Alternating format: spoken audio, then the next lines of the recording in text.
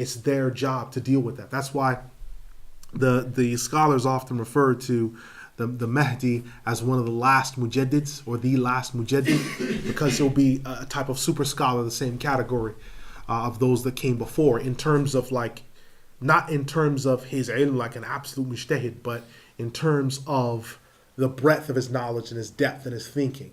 And you'll find the people that are badal, or that are qutub, or that are put in these positions, again, they've memorized the 18 sciences of Sharia. They're imams in these sciences, and they protect these sciences, and they watch out for them, because only these people can understand how to deal with the complexities that the ummah faces on all these different facets, and then to answer these questions. You see, whereas someone who's salih, who's pious, he understands what to deal with for himself, but he might not know how to deal with and have the firasa and have the kashf to deal with what's going on in Rwanda, or to deal with what's going on in Iraq, because he's not being shown that. Whereas you have, say, Sheikh Marabat al-Hajj, when one of his students came to him for the first time, Sheikh Marabat al-Hajj said, "I know who you are."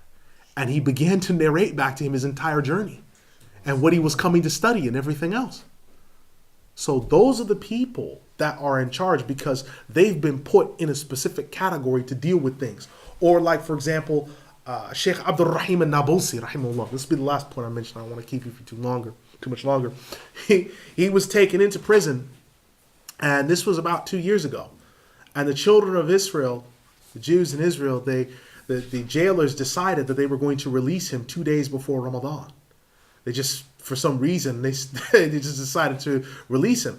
He hadn't even been brought on trial. He hadn't even been properly arraigned or sentenced. Nothing. They just let him out, and he was back on the street again. And they could not believe how this sheikh he'd been in. They said, oh, they're going to give him a 100-year sentence. He's never going to get out. A few days later, he's back out on the street waiting for Ramadan, looking for the moon. Oh, there it is. And he's back on the street. And it's these people that Allah puts these people in places to protect the ummah. Right? To protect the ummah. And as far as the question that I know is there, well, what about any female ones? Yes. What would be an example of one? Nafisa al-Tahira. What would be an example of another? Fatima al-Nabulsiya, Fatima al-Dimashqiya. Yes, there are female. Yes.